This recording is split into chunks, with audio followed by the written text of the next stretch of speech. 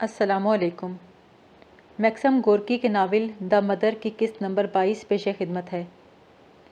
Nikolai Ivanovich نے کہا، جتنی جلد ممکن ہو چلی آؤ، جب تک تم آ نہیں جاؤ گی میں پریشان رہوں گا۔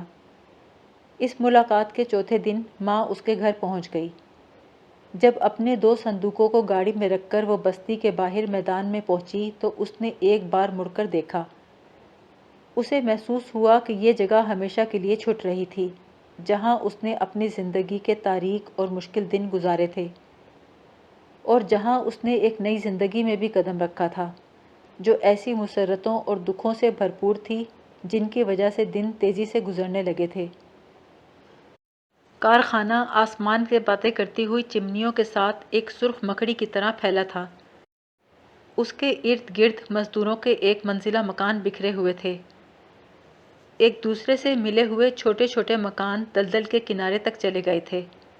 ایسا معلوم ہوتا تھا اپنی بے جان چھوٹی چھوٹی کھڑکیوں سے ایک دوسرے کی طرف قابل رحم انداز سے دیکھ رہے ہیں۔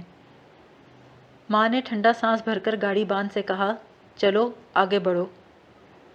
اس کا گھوڑا کچھ سست انداز میں گرم گہری ریتیلی زمین پر گاڑی کو گھسیٹ رہا تھا۔ چاروں طرف کھیت اس کی روح کی طرح ویران پڑے تھے۔ نکولائی ایوانووچ شہر کے ایک سرے پر ایک دور افتادہ گلی میں رہتا تھا۔ اس کا ہرے رنگ کا مکان 2 منزلہ تھا۔ سامنے ایک چھوٹا سا باغ تھا جس میں کچھ پھلدار اور کچھ کیکر کے درخت لگے تھے۔ اندر ہر چیز صاف ستھری تھی۔ دیواروں کے ساتھ کتابوں کی الماریاں تھیں۔ ان کے اوپر کچھ لوگوں کی تصویریں تھیں جن کے چہروں سے سنجیدگی ٹپکتی تھی۔ نکولائی نے ماں کو ایک چھوٹے سے کمرے میں لے جاتے ہوئے کہا، یہاں آرام ملے گا تمہیں؟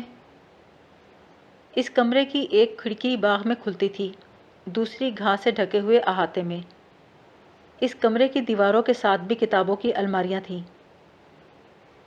ماں نے کہا، میں تو سمجھتی ہوں باورچی خانے میں رہ لوں۔ ایسا لگا ماں کے الفاظ سے اسے دکھ ہوا۔ اس نے سمجھانے کی کوشش کی کہ باورچی خانے میں نہ رہے۔ جب ماں نے اس کے سامنے ہتھیار ڈال دیے تو وہ خوش ہو گیا۔ گھر میں 3 کمرے تھے، تینوں میں ایک خاص قسم کی فضا تھی۔ یہاں سانس لینا آسان اور خوشگوار تھا، لیکن زور سے بات کرتے ہوئے جھجک محسوس ہوتی، کیونکہ اندیشہ تھا کہ ان ہستیوں کے آرام میں خلل پڑے گا جو اتنی گہری توجہ اور محویت سے ٹکٹکی باندھے دیکھ رہی تھیں، یعنی تصویریں۔ ماں نے کھڑکیوں میں رکھے ہوئے گملوں کی مٹی کو چٹکی میں اٹھاتے ہوئے کہا، پودوں کو پانی کی ضرورت ہے۔ گملوں کے مالک نے مجرمانہ انداز میں کہا، مجھے ان پودوں سے بہت انس ہے، لیکن کیا کروں، وقت ہی نہیں ملتا۔ ماں کو محسوس ہوا اپنے آرامدہ گھر میں بھی نکولائی بڑے محتاط طریقے سے چل رہا تھا، جیسے چاروں طرف کی چیزوں سے غیرت محسوس کر رہا ہو۔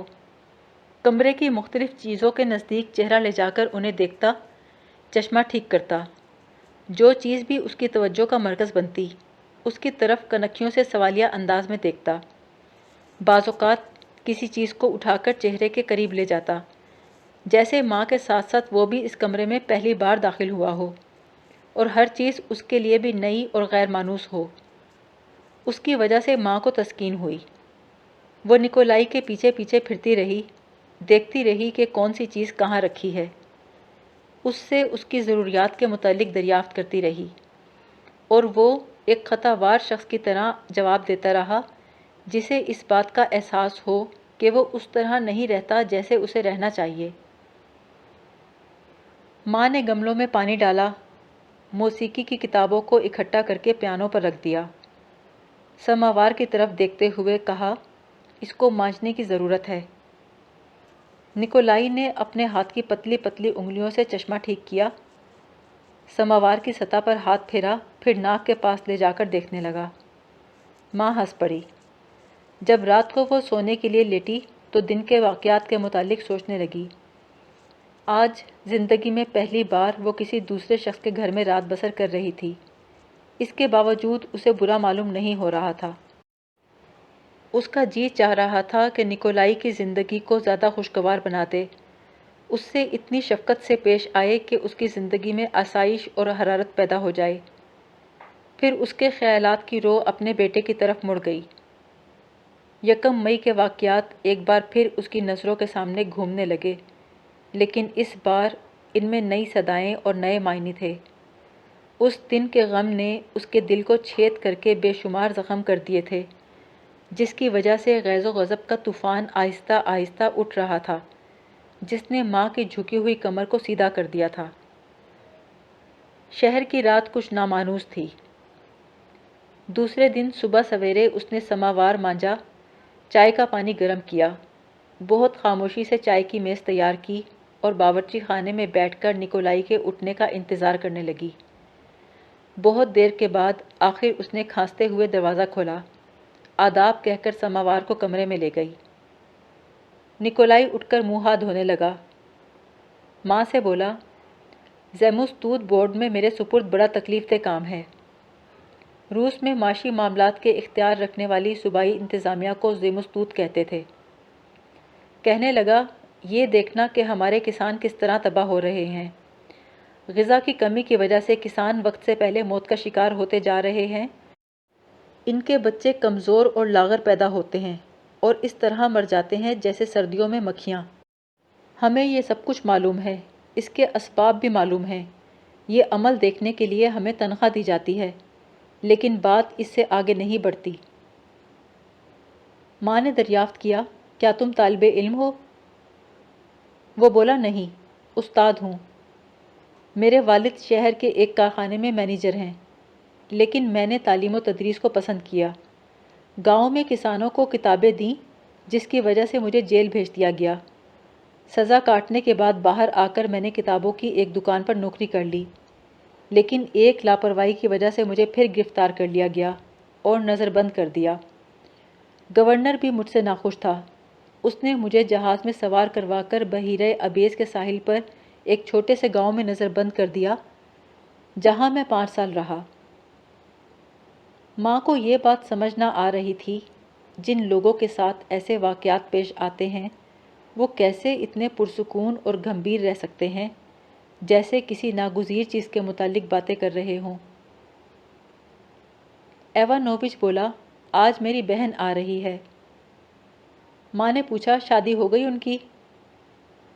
کہنے لگا، وہ بیوہ ہے۔ اس کے شوہر کو سائبیریا میں جلا وطن کیا گیا، لیکن وہ وہاں سے بھاگ گیا۔ 2 سال ہوئے تپے دق کے مرض میں یورپ میں انتقال ہو گیا۔ میری بہن مجھ سے 6 برس بڑی ہیں۔ ان کے مجھ پر بڑے احسان ہیں۔ یہ پیانو اور باقی سارا سامان انہی کا ہے، صرف کتابیں میری ہیں۔ ماں نے پوچھا، تمہاری بہن رہتی کہاں ہے؟ اس نے مسکراتے ہوئے جواب دیا، ہر جگہ جہاں بھی کسی دل گردے کے آدمی کی ضرورت ہوتی ہے پہنچ جاتی ہے۔ وہ بھی اسی قسم کا کام کرتی ہیں؟ تو اور کیا؟ ایوانووچ چلا گیا۔ ماں اس کام کے متعلق سوچتی رہی اور ان لوگوں کے متعلق سوچتی رہی جو مستقل مزاجی اور خاموشی کے ساتھ دن رات اس کام میں مصروف ہیں۔ دوپہر میں ایک بلند قامت خوبصورت عورت سیاہ لباس پہنے گھر میں داخل ہوئی۔ ماں نے دروازہ کھولا۔ اس نے تھیلے کو زمین پر رکھ کر ماں کا ہاتھ تھام لیا۔ میرا خیال ہے تم پاویل میخائیلووچ کی ماں ہو؟ ہاں، ماں نے عورت کے اچھے کپڑوں سے پریشان ہو کر کہا۔ وہ بولی، تمہارے بارے میں جیسا سوچتی تھی تم بالکل ویسی ہو۔ میرے بھائی نے بتایا تھا تم یہاں رہنے آ رہی ہو۔ عورت نے آئینے کے سامنے کھڑے ہو کر ہیٹ اتارا۔ پاویل میخائیلووچ سے میری خاصی پرانی ملاقات ہے، اس نے بھی تمہارے بارے میں بتایا تھا۔ عورت کی آواز بھاری تھی، وہ آہستہ آہستہ بات کرتی تھی۔ اس کی چال ڈھال میں پھرتیلا پن اور مضبوطی تھی۔ اس کی کن پٹیوں پر کہیں کہیں سفید بال تھے۔ ماں نے کہا، میں تمہارے لیے چائے بناتی ہوں۔ وہ بولی، نہیں، میں کافی پینا چاہتی ہوں۔ ماں نے کہا، ابھی بناتی ہوں۔ کافی لینے کے لیے نعمت خانے کے پاس جاتے ہوئے ماں نے کہا، تم نے ابھی کیا کہا؟ پاویل نے میرے بارے میں کچھ کہا تھا؟ اس نے ایک سگریٹ سلگایا اور بولی، بہت کچھ۔ اس نے چمڑے کا سگریٹ کیس واپس رکھا، سگریٹ سلگا کر بولی، تم اس کے لیے بے انتہا خوفزدہ رہتی ہو نا؟ ماں نے کافی کی کیتلی کے نیچے چولہے کے شعلوں کو دیکھا اور مسکراتی رہی۔ اس عورت کے سامنے اسے جو پریشانی سی محسوس ہوئی تھی، انسیت کی مسرت نے اسے ختم کر دیا۔ اس نے دل ہی دل میں سوچا، پاویل نے میرے بارے میں باتیں کی۔ پھر آہستہ آواز میں بولی، ہاں میں خوفزدہ رہتی ہوں۔ میرے لیے یہ کچھ آسان بات نہیں ہے، لیکن اب کم سے کم اتنا جانتی ہوں وہ اکیلا نہیں ہے۔ ماں نے اس کا نام پوچھا۔ جواب ملا، صوفیہ۔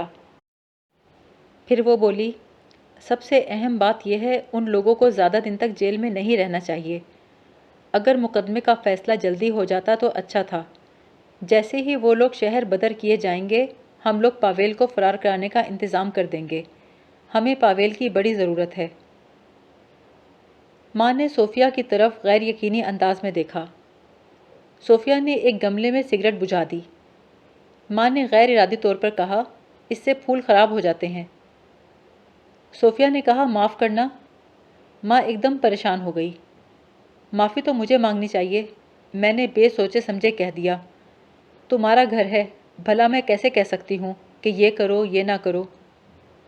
صوفیہ نے کندھے جھٹکتے ہوئے کہا، کیوں نہ کہو؟ اچھا کافی تیار ہو گئی کیا؟ لیکن ایک پیالہ کیوں بنایا تم نے؟ تم نہیں پیو گی کیا؟ تم جھیپ رہی ہو۔ ماں مسکرائی۔ وہ سگریٹ بجھانے والی بے وقوفی کی بات کے بعد تم مجھ سے پوچھ رہی ہو کہ میں جھیپ رہی ہوں یا نہیں؟ پھر اپنے تعجب کو چھپائے بغیر بولی، میں کل ہی یہاں آئی ہوں، لیکن ایسا محسوس ہو رہا ہے جیسے یہ میرا اپنا مکان ہو۔ نہ کوئی خوف، نہ یہ خیال کہ کس سے کیا کہہ دیا۔ اتنی بدل گئی ہوں کہ خود کو دیکھ کر سر چکرانے لگتا ہے۔ پہلے کسی سے اپنے دل کی بات کہنی ہوتی تو مدت درکار ہوتی تھی، لیکن اب تو دل کی بات خود زبان پر آ جاتی ہے۔ صوفیہ نے ایک اور سگریٹ نکالی، اپنی چمکتی ہوئی بھوری آنکھوں سے اس کے چہرے کو دیکھا۔ ماں نے کہا، تم ابھی کہہ رہی تھی کہ اسے فرار کرا سکو گی، لیکن مفرور کی حیثیت سے وہ کیسے رہ سکے گا؟ صوفیہ نے اپنے لیے تھوڑی سی اور کافی انڈیلتے ہوئے کہا، یہ کوئی بڑی بات نہیں، دوسرے درجنوں مفرور ساتھیوں کی طرح رہے گا۔ ابھی ایک ایسے ہی شخص سے ملاقات ہوئی تھی، میں اسے ایک محفوظ جگہ پہنچا کر آئی ہوں۔ وہ بھی بڑا اہم آدمی ہے۔ اسے 5 سال کی سزا ہوئی تھی، لیکن نظر بندی میں صرف 3 مہینے گزارے۔ ماں اسے دیکھتی رہی، پھر آہستہ سے کہا، ایسا معلوم ہوتا ہے اس 1 مئی کو مجھے کچھ ہو گیا، گویا رستے کی سدھ ہی نہ رہی۔ کبھی معلوم ہوتا ہے میں ہر چیز کو سمجھتی ہوں، اس کے بعد ہر چیز پر غبار سا چھا جاتا ہے۔ اب تم اپنی ہی بات لو، تم میرے پاویل سے واقف ہو، اس کی تعریف کرتی ہو، میں اس کے لیے تمہارا شکریہ ادا کرتی ہوں۔ صوفیہ ہنسی، شکریہ کی مستحق تو تم ہو۔ ماں نے ٹھنڈا سانس بھر کر کہا، میں نے کیا کیا ہے؟ اسے یہ سب کچھ کوئی میں نے تو نہیں سکھایا۔ نکولائی ایوانووچ شام کو واپس آیا۔ رات کا کھانا کھاتے وقت صوفیہ نے بتایا کہ جلا وطنی سے بھاگے ہوئے ایک شخص سے کیسے ملاقات ہو گئی تھی، کس طرح اسے چھپنے میں مدد دی، خفیہ پولیس سے کتنا ڈر لگا، یہاں تک کہ ہر شخص کو خفیہ پولیس کا آدمی سمجھتی رہی۔ مفرور شخص نے بڑی مذاق خیز حرکتیں کیں۔ ماں کو محسوس ہوا کہ صوفیہ کچھ ڈینگے مار رہی ہے، جیسے کوئی مزدور کسی مشکل کام کو اچھی طرح کرنے کے بعد ڈینگے مارتا ہے۔ اس وقت صوفیہ نے موسم گرما کا بھورا سا لباس پہن رکھا تھا جو خوب گھیردار تھا، اس کی وجہ سے وہ اور بھی لمبی معلوم ہو رہی تھی۔ کھانے کے بعد ایوانووچ نے کہا، صوفیہ تمہیں ایک دوسرا کام بھی کرنا ہے۔ میں نے تمہیں بتایا تھا نا ہمیں کسانوں کے لیے اخبار نکالنا ہے، لیکن ان گرفتاریوں کی وجہ سے اس شخص سے رابطہ ٹوٹ گیا ہے جو اخبار تقسیم کرنے والا تھا۔ اب پلاگیا نلونا واحد انسان ہے جو اسے ڈھونڈ سکتی ہیں۔ تم ان کے ساتھ گاؤں جاؤ اور جلد سے جلد یہ کام کر ڈالو۔ صوفیہ نے سگریٹ کا کش لیتے ہوئے کہا، بڑی اچھی بات ہے، ضرور جائیں گے، کیوں پلاگیا نلونا؟ وہ بولی، ضرور، تقریباً 55 میل کا فاصلہ ہوگا۔ صوفیہ بولی، ٹھیک ہے، اچھا اب ذرا موسیقی ہو جائے۔ تم میری پیانو نوازی کو سہ سکو گی پلاگیا؟ ماں نے کہا میرا خیال مت کرو، ایسا سمجھو میں یہاں ہوں ہی نہیں۔ وہ تخت کے ایک کونے میں کھسک کر بیٹھ گئی۔